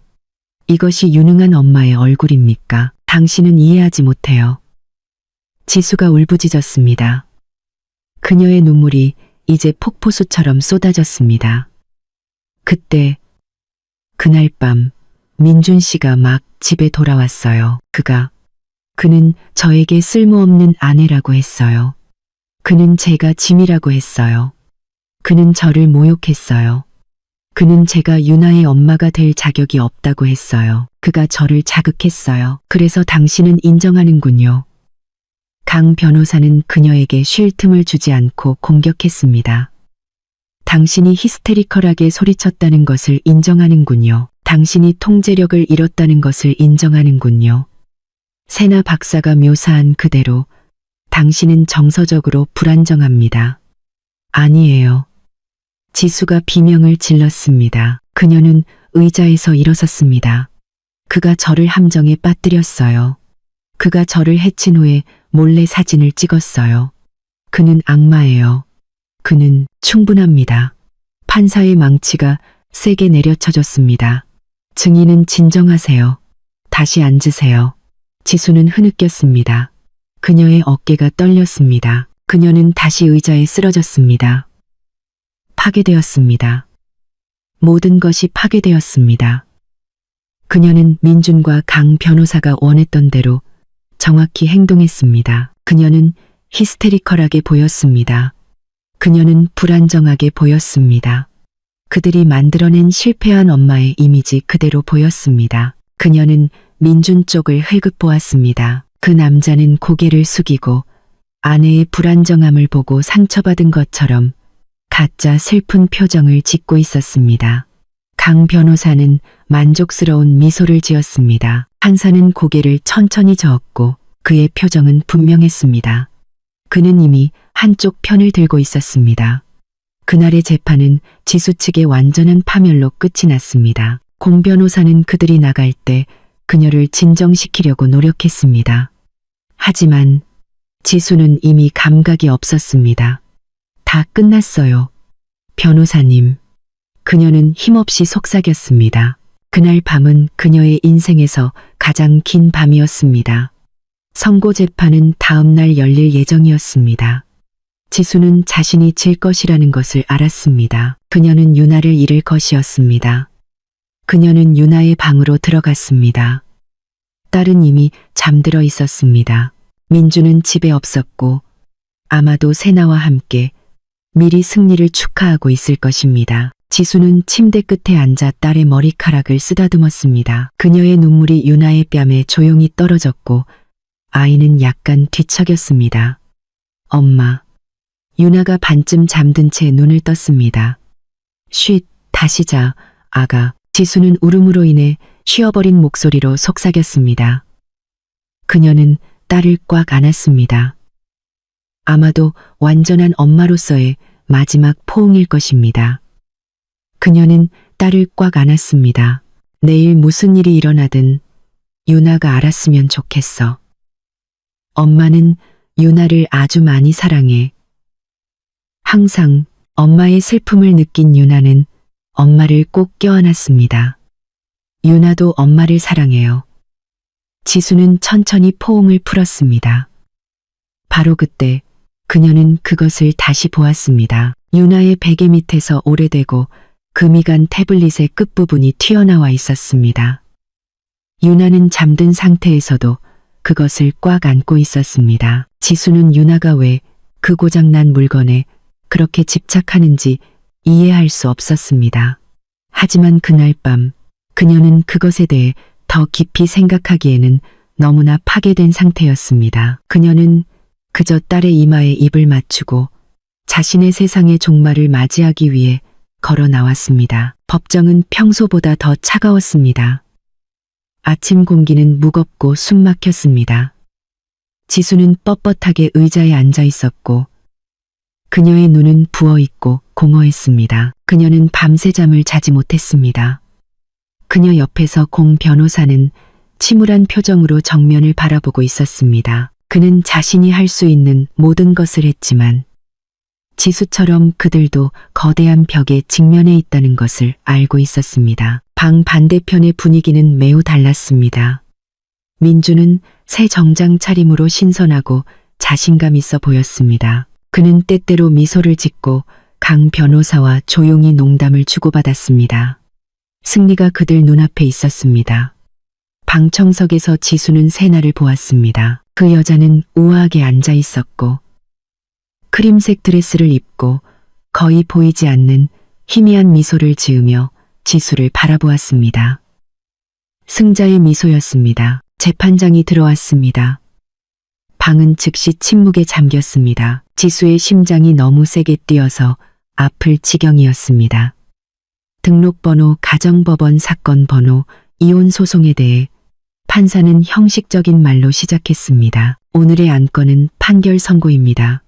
그러나 그 전에 양측은 최종 결론을 진술해 주시기 바랍니다. 강 변호사가 먼저 일어섰습니다. 그는 자신의 승리를 능숙하게 요약했습니다. 존경하는 재판장님. 그는 큰 목소리로 말했습니다. 이 재판 동안 우리는 반박할 수 없는 증거를 보았습니다. 지수 씨가 집안일을 소홀히 했음을 보여주는 사진 증거, 그녀의 무책임함을 보여주는 재정 증거, 그리고 가장 중요한 것은 저명한 아동 심리학자 세나 박사의 증언으로 피고의 정서적 불안정성을 객관적이고 과학적으로 제시했습니다. 강 변호사는 지수를 가리켰습니다. 우리는 심지어 지수 씨의 히스테리적인 행동을 이 재판에서 직접 목격했으며 이는 기록에 명확하게 남아 세나 박사의 진단을 뒷받침합니다. 그는 민준에게로 향했습니다. 다른 한편으로 우리는 능력 있고 재정적으로 성공했으며 무엇보다도 정서적으로 안정적이고 딸의 미래를 진심으로 염려하는 아버지인 민준 씨를 가지고 있습니다. 존경하는 재판장님, 여기서의 선택은 매우 분명합니다. 이것은 아내를 처벌하는 것이 아니라 아이를 구하는 것입니다. 유나의 최선의 이익을 위해 저희는 완전한 양육권을 저희 의뢰인 민준 씨에게 부여하고 그의 자산 분할 청구를 승인해 주시기를 간청합니다. 강 변호사는 만족스러운 미소를 지으며 앉았습니다. 이제 공 변호사의 차례였습니다. 그는 천천히 일어섰습니다. 그는 판사를 바라보지 않고 방을 둘러보았습니다. 존경하는 재판장님, 공 변호사는 조용하지만 단호한 목소리로 시작했습니다. 우리가 여기서 목격한 것은 증거가 아닙니다. 이것은 매우 철저하게 계획된 인격살인 캐릭터 묘사입니다. 사진은 속일 수 있습니다. 세상 최고의 요리사의 부엌 사진을 잘못된 순간에 찍어 더러워 보이게 만들 수 있습니다. 청구서는 조작될 수 있습니다. 특히 한쪽 당사자가 재정 통제권과 다른 당사자의 신뢰를 완전히 가지고 있을 때 말입니다. 그리고 전문가 증언, 멀리서만 관찰하고 맥락에서 벗어난 몇몇 사건, 조각들로 급진적인 결론을 내리는 전문가의 증언이 한 어머니가 7년 동안 쌓아온 깊은 모성애보다 더 강력합니까? 공 변호사는 민준을 똑바로 바라보았습니다. 존경하는 재판장님, 우리는 아이를 구하고 있는 것이 아닙니다. 우리는 탐욕스러운 남편이 아내를 제거하고 그녀의 재산을 강탈하고 잔인하게 아내에게 가장 소중한 단 하나, 그녀의 딸을 빼앗으려는 것을 보고 있습니다. 지수 씨는 좋은 엄마입니다. 그의 목소리가 감정에 살짝 떨렸습니다. 그녀는 완벽하지 않습니다. 완벽한 엄마는 없습니다. 하지만 그녀는 유나를 위해 자신의 삶을 바쳤습니다. 이 깔끔하게 짜인 비방이 그 유대감을 파괴하도록 허용하지 마십시오. 양심에 따라 판단해 주시기를 간청합니다. 공 변호사가 앉았습니다. 방은 조용했습니다. 그의 주장은 훌륭하고 감정적이었습니다. 하지만 지수는 그것이 충분하지 않다는 것을 알았습니다. 공 변호사의 주장은 신념에 근거했습니다. 강 변호사의 주장은 물리적인 증거와 전문가 증언에 근거했습니다. 법의 눈으로 볼 때 승자는 이미 분명했습니다. 재판장은 헛기침을 했습니다. 그는 안경을 쓰고 앞에 놓인 두꺼운 서류철을 열었습니다. 바로 이 순간이었습니다. 양측의 모든 서류를 검토하고 양측의 증언을 듣고 제출된 모든 증거를 고려한 후 판사는 무표정한 어조로 시작했습니다. 심장이 쥐어짜는 듯한 기분이었습니다. 법원은 원고 민준 씨 측이 중요한 증거를 제시하는데 성공했다고 기록합니다. 판사가 이어서 말했습니다. 지수는 고개를 숙이고 눈을 감았습니다. 첫째, 시각적 증거, 즉 사진들은 피고 지수 씨 측에 가사관리 소홀을 보여주었습니다. 둘째, 재정 증거는 피고 명의의 신용카드에서 상당한 지출 불균형이 있었음을 보여주었습니다. 모든 문장이 칼로 찌르는 것 같았습니다. 그리고 가장 불리한 것은 판사는 그의 목소리가 최종적이라는 듯 말했습니다. 지수 씨의 정서적 상태에 관한 전문가 증인 세나 박사의 증언입니다. 이 증언은 불행하게도 지난 재판에서 피고 자신의 행동으로 강화되었으며 법원에게 아이의 성장 환경에 대한 심리적 환경에 대해 매우 우려스러운 그림을 제공합니다. 지수는 소리 없이 울기 시작했습니다. 끝났습니다. 민주는 지수를 흘끗 보았고 그의 입가에는 희미하고 잔인한 승리의 미소가 걸려 있었습니다. 그 뒤에 세나는 박수를 칠 준비가 된 듯 자세를 바로잡았습니다. 위에 언급된 모든 고려사항, 특히 아동 윤아의 최선의 이익과 정신 건강을 위해 판사는 망치를 들고 지수가 자신의 삶을 파괴할 문장을 들을 준비가 된 채 눈을 꼭 감았습니다. 법원은 다음을 판결합니다. 잠깐, 그 목소리는 작았지만 법정의 침묵을 갈랐습니다. 날카롭고 명확했습니다. 모든 사람이 일제히 목소리의 근원을 향해 고개를 돌렸습니다. 법정 뒤쪽에 살짝 열린 문에 유나가 서 있었습니다. 그녀는 혼자였고 여전히 교복을 입고 있었습니다. 그녀는 몰래 들어온 것이 분명했습니다. 민준의 얼굴은 오만함에서 놀람으로 그리고 창백함으로 변했습니다. 유나야, 네가 여기서 뭐 하는 거야? 나가. 그는 당황하여 소리쳤습니다. 경비. 유나야. 앉아. 아가. 민준이 다시 시도했습니다. 그의 목소리가 긴장되었습니다. 하지만 유나는 움직이지 않았습니다. 그녀는 법정 안으로 걸어 들어왔습니다. 그녀의 작은 발걸음 소리가 대리석 바닥에 울려 퍼졌습니다. 그녀는 놀란 채 입을 벌린 엄마를 보지 않았습니다. 그녀는 화가 난 아빠를 보지 않았습니다. 그녀는 재판장을 똑바로 바라보았습니다. 방금 전 판결을 기다리며 조용했던 법정은 이제 얼어붙었습니다. 내려치려던 망치 소리가 공중에 멈췄습니다. 재판장의 눈이 문간에 서 있는 작은 아이를 바라보며 커졌습니다. 지수는 돌아섰습니다. 심장이 가슴에서 떨어져 나가는 것 같았습니다. 유나야. 그녀는 믿을 수 없다는 듯 속삭였습니다. 딸이 여기서 뭘 하고 있는 걸까요? 누가 그녀를 데려왔을까요? 민준의 반응이 가장 빨랐습니다. 방금 전 오만함과 승리감으로 가득 찼던 그의 얼굴은 이제 핏기 없는 창백함으로 변했습니다. 그의 눈에는 순수한 공포가 있었습니다. 유나야. 그는 소리쳤고 그의 목소리는 더 이상 평온한 척하지 않고 커졌습니다. 네가 여기서 뭐 하는 거야? 나가. 여긴 놀이터가 아니야. 경비. 어떻게 어린애가 들어올 수 있는 거야? 유나는 아빠의 고함 소리에 움찔했지만 물러서지 않았습니다. 오히려 그녀는 방 안으로 더 깊숙이 걸어 들어갔습니다. 유나야. 아빠가 뒤로 돌아가 앉으라고 했잖아. 민주는 다시 소리쳤고 이제는 반쯤 일어섰습니다. 그의 변호사 강 변호사도 당황했습니다. 그는 일어서서 판사에게 소리쳤습니다. 존경하는 재판장님, 이것은 절차에 어긋납니다. 이 재판은 비공개입니다. 미성년자는 여기에 있어서는 안 되며 재판 진행을 방해해서는 안 됩니다. 저 아이를 밖으로 데리고 나가라고 직원에게 명령해 주십시오. 지수는 여전히 얼어붙어 있었습니다. 그녀는 혼란스러웠습니다. 그녀의 마음의 일부는 유나가 이 끔찍한 장소에 있다는 사실에 산산조각 났습니다. 다른 일부는 두려움에 떨었습니다. 유나가 무슨 말을 할까요? 민준이 유나에게 완전히 독을 주입하는 데 성공했을까요? 유나가 판사 앞에서 아빠를 더 선호한다고 말할까요? 그 생각에 지수는 구역질이 났습니다. 존경하는 재판장님, 고려해 주십시오. 갑자기 공 변호사의 목소리가 강 변호사를 제지하며 들렸습니다. 이 아이는 분명한 목적을 가지고 왔습니다. 이것은 그녀의 미래에 관한 것입니다. 우리는 그녀를 무시할 수 없습니다.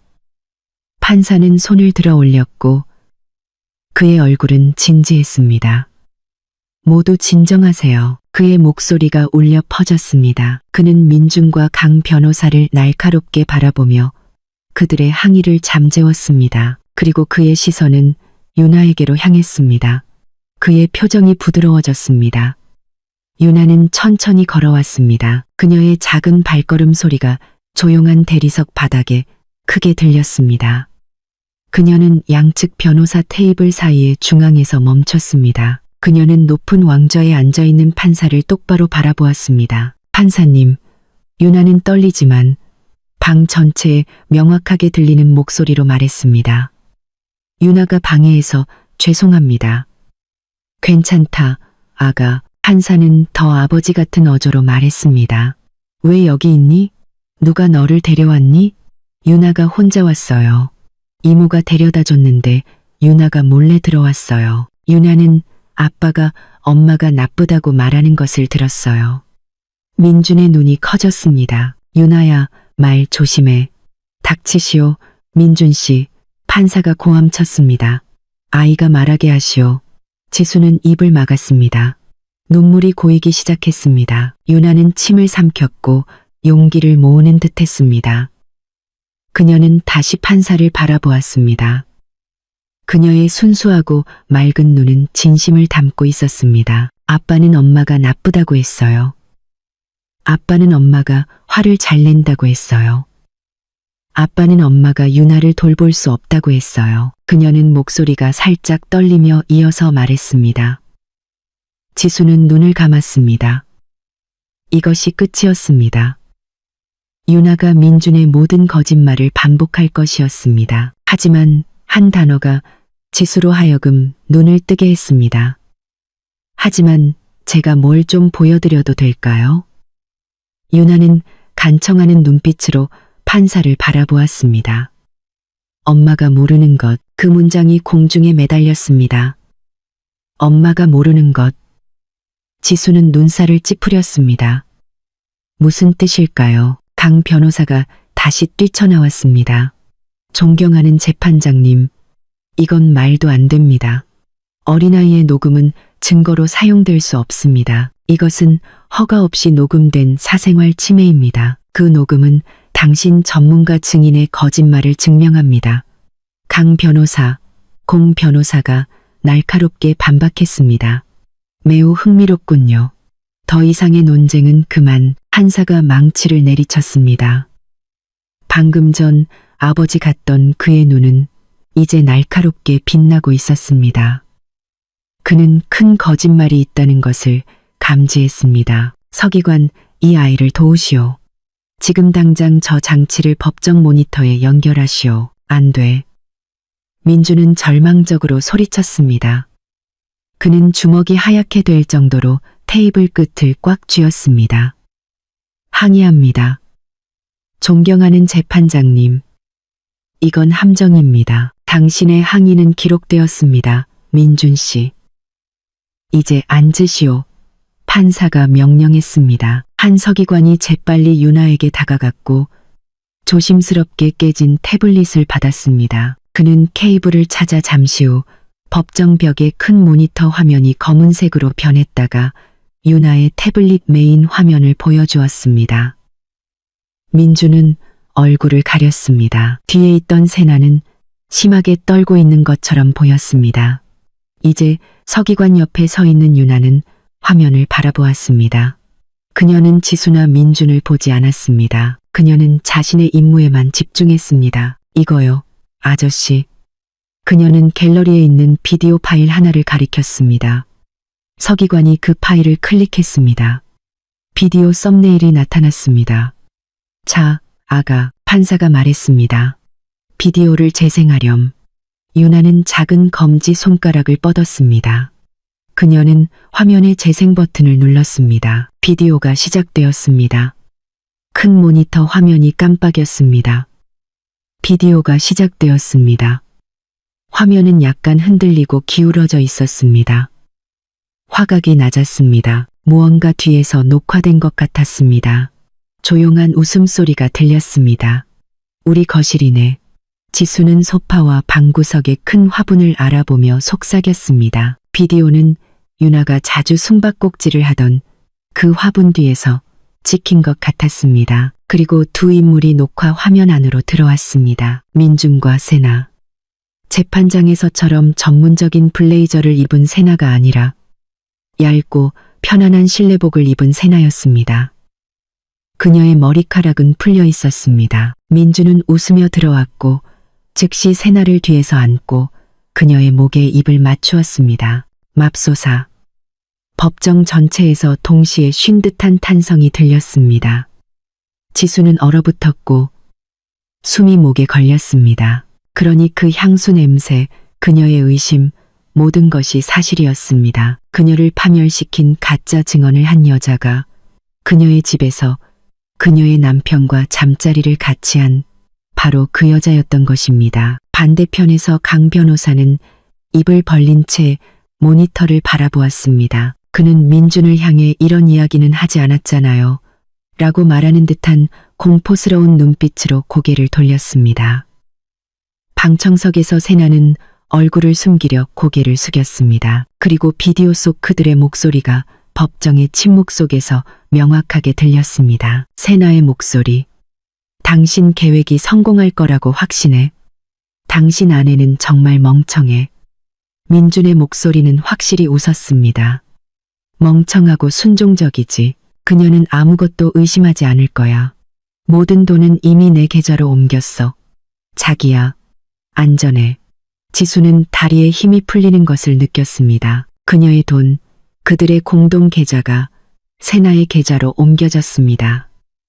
오, 세상에. 공 변호사는 그녀 옆에서 중얼거렸습니다. 그의 눈은 화면에 고정되어 있었습니다. 비디오는 계속되었습니다. 민준은 소파에 앉아 세나를 무릎 위로 끌어당겼습니다. 민준의 목소리, 내일 판결이 나면 나는 공식적으로 유나의 양육권을 얻게 돼.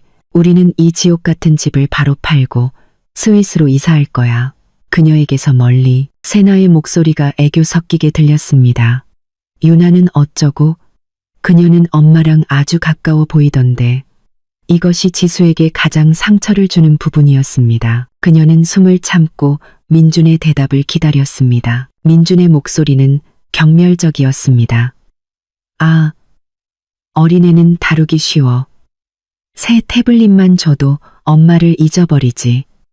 네가 새 엄마가 될 거야. 더 똑똑하고, 더 성공하고, 훨씬 더 섹시한 엄마 말이야.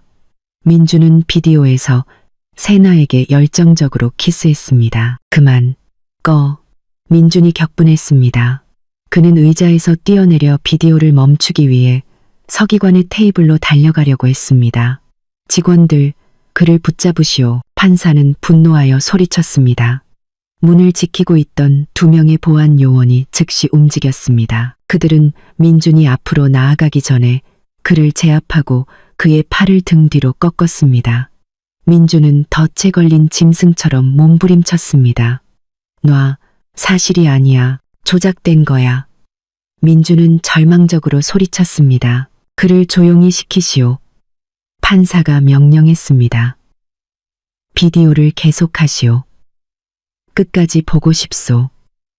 비디오는 법정의 혼란을 무시하고 계속 재생되었습니다. 이제 세나가 말할 차례였습니다. 세나의 목소리. 나는 여전히 조금 걱정돼. 심리학자로서 내 증언은 어떻게 될까? 지수의 변호사가 관찰에 대해 반박하면 어쩌지? 민준의 목소리는 다시 웃었습니다. 내가 이미 준비해뒀어. 지난주에 그녀가 히스테리컬하게 울었을 때 녹화해뒀지. 기억나? 재판 때 내가 다시 그녀를 자극할 거야. 그녀가 폭발할 때까지 그녀를 모욕할 거야. 그녀는 판사 앞에서 소리 지르고 울게 될 거야. 지수는 흐느꼈습니다. 그녀는 자신의 증언을 기억했습니다. 그 사진, 그녀의 비명. 그가 나를 함정에 빠뜨렸어요. 민준의 목소리. 그녀가 히스테리컬해지면 내 증언은 완벽해 보일 거야. 판사는 그녀가 불안정한 미친 여자라는 것을 직접 보게 될 거야. 아무도 그녀를 믿지 않을 거야. 그들은 전문적인 세나 박사를 믿을 거야. 비디오는 마침내 민준과 세나가 웃으며 와인잔을 부딪히는 모습을 보여주었습니다. 그녀를 비디오가 끝났습니다. 화면은 검은색으로 변했습니다. 법정은 몇 초 동안 침묵했습니다. 들리는 소리는 지수의 흐느낌과 경비원의 소나기에 있는 민준의 헐떡이는 숨소리뿐이었습니다. 그 방에 있던 모든 사람들, 판사, 서기관, 방청객, 심지어 강 변호사까지 검은 화면을 공포에 질려 바라보았습니다. 그들은 방금 매우 세밀하게 계획된 사악한 공모를 목격했습니다. 사기, 위증, 돈 세탁, 그리고 법정 조작이었습니다. 방청석에서 몇몇 사람들은 뒤를 돌아보며 세나를 찾기 시작했습니다. 저기 있다, 저 여자야. 누군가 소리쳤습니다. 세나는 자신이 완전히 노출되었다는 것을 깨달았습니다. 당황한 그녀는 의자에서 뛰어내려 뒤쪽 출구로 달려갔습니다. 그 작은 영웅, 유나는 방금 재생된 비디오를 지켜보고 있다가 고개를 돌렸습니다. 그녀는 제압당한 민준을 보지 않았습니다. 그녀는 엄마를 바라보았습니다. 그녀의 순수한 눈은 눈물로 가득 찬 지수의 눈과 마주쳤습니다. 재판장은 분노로 얼굴이 붉어졌고 판사봉을 높이 들었습니다. 그는 조용히 내리치지 않았습니다. 그는 힘껏 책상에 내려쳤습니다.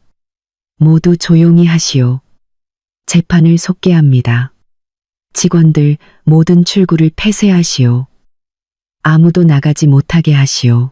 저 여자, 세나 박사를 당장 체포하시오. 법정은 통제된 혼란에 빠졌습니다.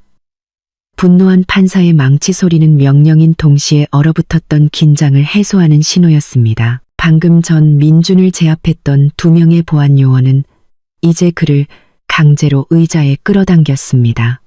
민준은 더 이상 소리 지르지 않았습니다. 그는 그저 헐떡였습니다. 그의 눈은 광란했고 비싼 셔츠는 땀으로 젖었습니다. 그는 끝났다는 것을 알았습니다. 뒤쪽 문에서는 또 다른 혼란이 발생했습니다. 당황한 세나는 판사가 닫으라고 명령한 큰 문을 열 수 없었습니다. 그녀는 문 손잡이를 돌리고 헛되이 밀었습니다. 한 여성 직원이 재빨리 그녀를 가로막았습니다. 세나는 바닥에 주저앉았습니다.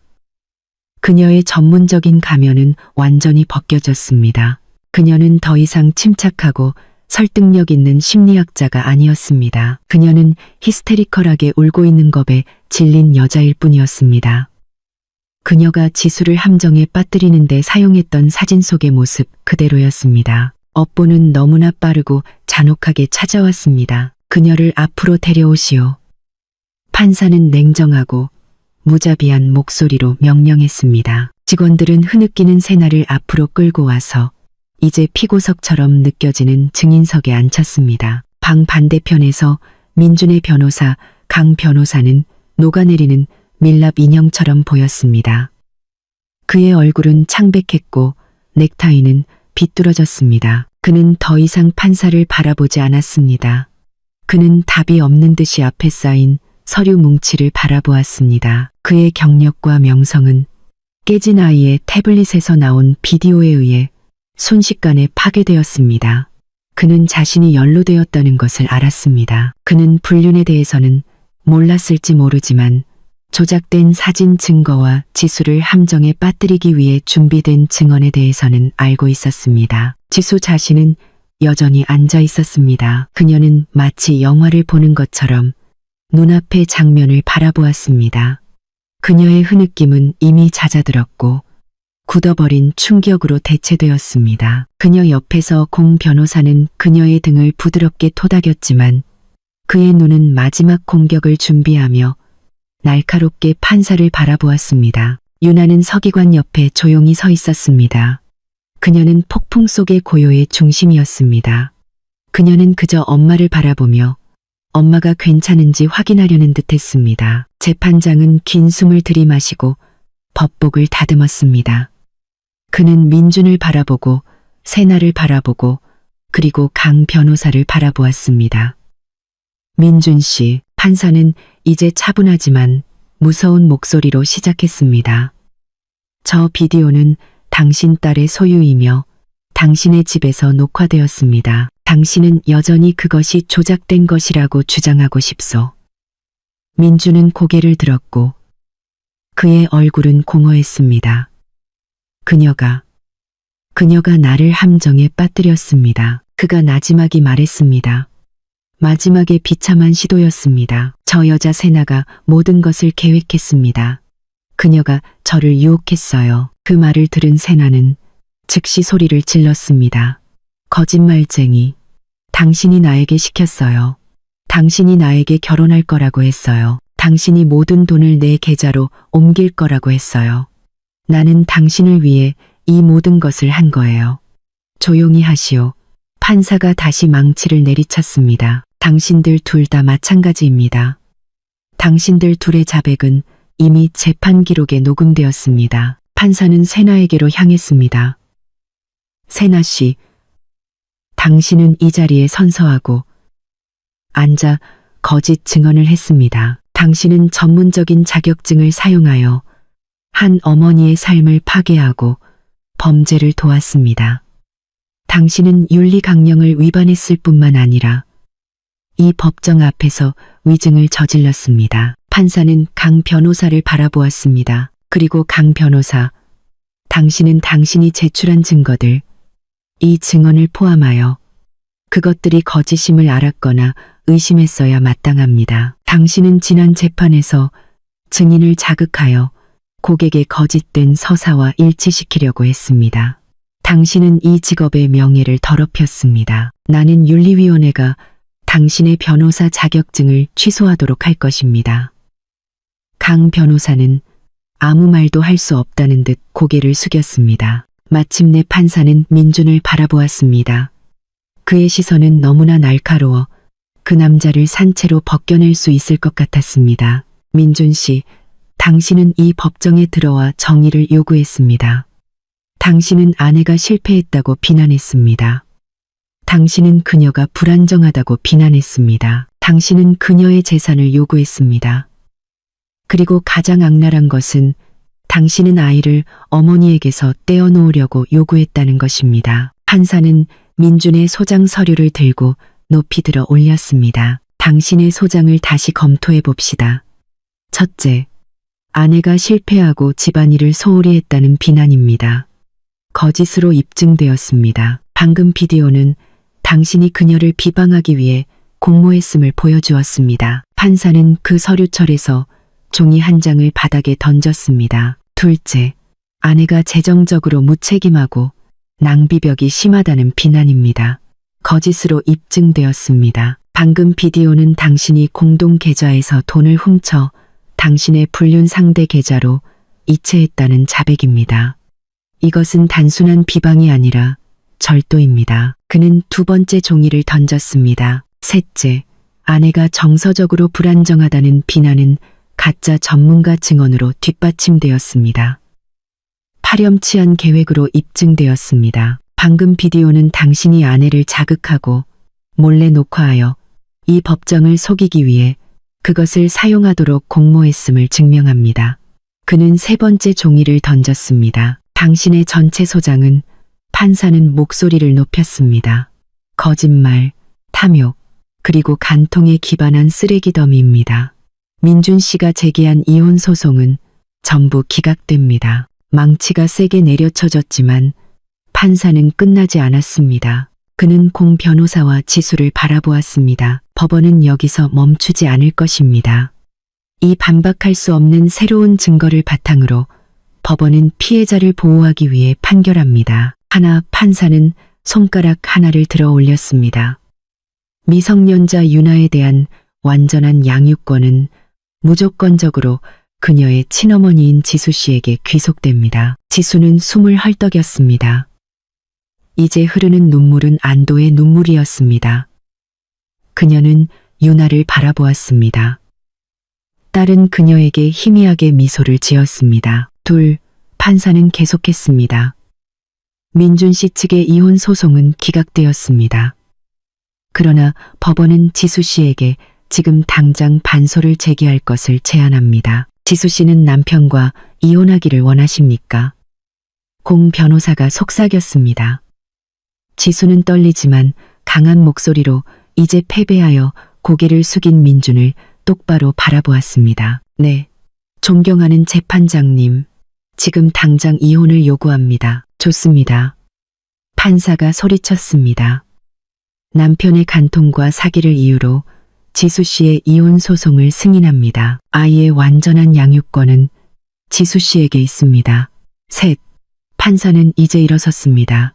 민준과 세나의 이름으로 된 모든 자산은 지금 당장 동결될 것입니다. 법원은 지수 씨에게서 도난당한 모든 자금을 추적하기 위해 전면적인 조사를 명령합니다. 현재 그들이 거주하고 있는 집은 지수 씨와 유나의 완전한 소유권으로 선언됩니다. 그리고 넷, 판사의 목소리는 이제 방 전체에 울려 퍼졌습니다. 이 법정에서의 비디오 증거와 자백을 바탕으로 저는 민준 씨와 세나 씨에 대해 사기 공모, 위증, 가정 내 절도, 그리고 법정에서의 증거 위조를 포함한 다양한 형사 범죄로 즉시 구속을 명령합니다. 그들을 끌고 나가시오. 보안 요원들이 즉시 민준에게 수갑을 채웠습니다. 그날 아침 오만하게 들어왔던 남자는 이제 고개를 숙인 채 끌려나갔습니다. 그는 지수를 지나쳤습니다. 그는 아내의 눈을 감히 쳐다보지 못했습니다. 세나도 수갑이 채워졌습니다. 그녀의 울음은 말랐고 붓고 더러워진 얼굴만 남았습니다. 그녀는 끌려나갔습니다. 그녀의 경력과 자유가 사라졌습니다. 지수는 여전히 떨며 앉아 있었습니다. 공 변호사는 활짝 웃었습니다. 우리가 이겼어요. 지수 씨, 우리가 이겼어요. 지수는 말을 할 수 없었습니다. 그녀는 그저 일어나 천천히 방 중앙으로 걸어갔습니다. 유나가 그녀에게 달려왔습니다. 지수는 무릎을 꿇고 딸을 꽉 안았습니다. 마치 그녀의 구세주를 안는 것처럼 말입니다. 그녀는 작은 어깨에 울었습니다. 슬픔의 눈물이 아니라 작은 영웅에게 구원받은 엄마의 눈물이었습니다. 그날의 재판의 여파는 불길처럼 퍼져나갔습니다. 깨진 태블릿 사건은 모든 곳에서 헤드라인을 장식했습니다. 탐욕스러운 남편, 가짜 심리학자, 그리고 7살짜리 작은 영웅의 이야기는 몇 주 동안 지역 뉴스를 지배했습니다. 지수와 유나에게 처음 몇 주는 흐릿하게 느껴졌습니다. 공 변호사가 모든 것을 처리했습니다. 판사의 명령에 따라 민준과 세나의 모든 자산이 동결되었습니다. 조사를 통해 민준이 지난 1년 동안 세나의 계좌로 약 10억 원에 가까운 돈을 이체했다는 것이 입증되었습니다. 그 돈은 전부 압류되어 지수의 새로운 계좌로 반환되었습니다. 크고 차가웠던 그 집은 이제 공식적으로 지수의 소유가 되었습니다. 하지만 지수는 더 이상 그곳에 머물 수 없었습니다. 너무 많은 나쁜 기억, 모든 구석에 민준과 세나의 그림자가 너무 많았습니다. 공 변호사의 동의를 얻어 지수는 그 집을 팔았습니다. 판매 대금은 새로운 삶을 시작하기에 충분하고도 남았습니다. 악당들에 대한 처벌은 빠르고 가혹하게 내려졌습니다. 매우 강력한 증거를 고려하여 민준은 사기, 절도, 위증으로 징역 12년을 선고받았습니다. 세나는 심리학자 자격증은 진짜였지만 범죄적으로 오용했다는 것이 입증되어 징역 8년을 선고받았고 그녀의 개업 허가는 영구적으로 취소되었습니다. 교활했던 변호사 강 변호사는 윤리위원회에 의해 즉시 자격이 박탈되었고 공모에 참여한 혐의로 형사 고발에 직면했습니다. 업보는 완전히 갚아졌습니다. 그 심판의 날로부터 3개월 후 작고 푸른 공원에서 아이들의 웃음소리가 들렸습니다. 얼굴에 짐이 사라진 지수는 유나가 그네를 타는 것을 보며 미소 지었습니다. 그들은 큰 집이 아니라 따뜻하고 편안한 방 3개짜리 소박한 아파트로 이사했습니다. 아파트는 두 사람의 사진으로 가득 차 있었고 지수가 만든 쿠키 냄새로 가득했습니다. 지수는 집에서 작은 케이터링 사업을 시작했습니다. 민준이 항상 폄하했던 그녀의 요리 솜씨는 이제 많은 사람들에게 칭찬을 받았습니다. 주문이 쇄도했습니다. 그녀는 바쁘고 피곤했지만 행복했습니다. 그녀는 자립했습니다. 엄마, 보세요. 유나는 공원 벤치에 앉아있는 지수에게 달려왔습니다. 그녀의 손은 흙으로 더러워져 있었습니다. 꽃이 곧 필 거예요. 지수는 미소를 지으며 유나의 작은 머리카락을 쓰다듬었습니다. 와, 우리 딸 정말 잘 키웠네. 그들은 잠시 나란히 앉아 늦은 오후의 햇살을 즐겼습니다. 지수가 그동안 차분하게 물어볼 기회가 없었던 한 가지 질문이 있었습니다. 아가야, 지수는 부드럽게 시작했습니다. 엄마가 뭐 하나 물어봐도 될까? 뭔데요? 엄마. 유나는 맑은 눈으로 그녀를 바라보았습니다. 그 오래된 태블릿 속의 비디오 말이야. 왜 네가 그걸 녹화했니? 유나는 잠시 침묵하더니 기억을 더듬는 듯 했습니다. 유나는 세나 이모가 싫어서요. 왜 싫었니? 세나 이모는 착한 척했어요. 쇼핑몰에서 엄마한테 웃으면서 말했어요. 그런데 엄마가 화장실에 갔을 때 아빠한테 당신 아내 정말 오래 걸린다고 했어요. 공원에서도 그랬어요. 그녀는 엄마를 봤지만 아빠한테는 엄마가 유나를 돌보지 않는다고 했어요. 엄마는 유나를 보고 있었는데 말이에요. 지수는 깜짝 놀랐습니다. 그녀의 어린 딸은 예리한 관찰자였습니다. 그리고 그날 밤 유나가 이어서 말했습니다. 아빠가 야근한다고 했을 때 유나는 아빠 차가 돌아오는 소리를 들었어요. 유나는 아빠한테 유나가 그린 새 그림을 보여주고 싶었어요. 그런데 유나가 내려갔을 때 아빠가 세나 이모랑 같이 들어오는 걸 봤어요. 아빠가 바로 세나 이모를 안았어요. 유나는 무서웠어요. 그래서 꽃 화분 뒤에 숨었어요. 그래서 유나가 거기서 녹화했어요. 네, 유나는 오래된 태블릿으로 녹화했어요. 유나는 엄마가 나쁜 사람이 있으면 증거가 있어야 한다고 말했던 걸 기억했어요. 그때 유나는 오래된 태블릿을 가지고 있었어요. 지수의 마음이 따뜻해졌습니다. 그녀는 자신이 그런 말을 했다는 것을 잊고 있었습니다. 하지만 아가야, 지수가 다시 물었습니다. 이것이 가장 큰 질문이었습니다. 왜 유나는 엄마에게 말하지 않았니? 왜 혼자 비밀로 간직했니? 유나가 조용히 말을 잘랐습니다. 아빠가 엄마는 알면 안 된다고 했어요. 지수는 눈살을 찌푸렸습니다. 아빠가 그렇게 말했니? 네. 비디오에서 아빠가 세나 이모한테 당신 아내 멍청해. 그녀는 모를 거야. 라고 말했어요. 유나는 아빠가 엄마가 알면 안 된다고 말했으니 이건 큰 비밀이라고 생각했어요. 그래서 유나는 그것을 간직했어요. 엄마가 알면 아빠가 화낼까봐 싫었어요. 순수한 어린아이의 논리였습니다. 그녀는 아빠의 범죄를 녹화했지만 아빠 자신이 엄마가 알면 안 된다고 말했기 때문에 그것을 비밀로 간직했던 것입니다. 그럼 왜 유나는 법정에서 그것을 보여줬니? 판사님이 유나를 엄마에게서 데려가려고 했으니까요. 아빠도 엄마가 나쁘다고 했고 세나 이모도 엄마가 나쁘다고 했어요. 그건 사실이 아니에요. 유나는 눈물을 글썽였습니다. 유나는 엄마랑 헤어지기 싫어요. 엄마는 나쁘지 않아요. 엄마는 최고의 엄마예요. 그래서 유나가 아빠랑 세나 이모가 나쁘다는 것을 판사님께 보여줘야 했어요. 지수는 더 이상 참을 수 없었습니다. 그녀는 유나를 꽉 안았습니다. 그녀는 감격에 눈물을 흘렸습니다. 그동안 그녀는 자신이 실패한 엄마라는 민준의 비난으로 고통받았습니다. 그녀는 스스로에게 의문을 품었고 자신이 파괴되었다고 느꼈습니다. 하지만 그녀 앞에는 자신이 실패하지 않았다는 가장 강력한 증거가 있었습니다. 그녀는 놀라운 딸을 키웠습니다. 순수하고 진실과 거짓을 구별할 줄 아는 예리한 아이였습니다. 엄마를 보호하기 위해 혼자 행동할 용기가 있는 용감한 아이였습니다. 순수한 정의감을 가진 아이였습니다. 고마워, 아가. 지수는 딸의 머리카락에 속삭였습니다. 엄마를 구해줘서 고마워. 유나는 엄마를 안아주었습니다. 유나는 엄마를 사랑해요. 엄마도 유나를 아주 많이 사랑해. 지수는 포옹을 풀고 딸의 밝은 얼굴을 바라보았습니다. 그녀는 마침내 이해했습니다. 그녀는 결코 실패하지 않았습니다. 그녀는 단지 영웅을 키우고 있었을 뿐입니다. 그리고 이제 그들은 둘 다 새로운 시작을 할 자유를 얻었습니다.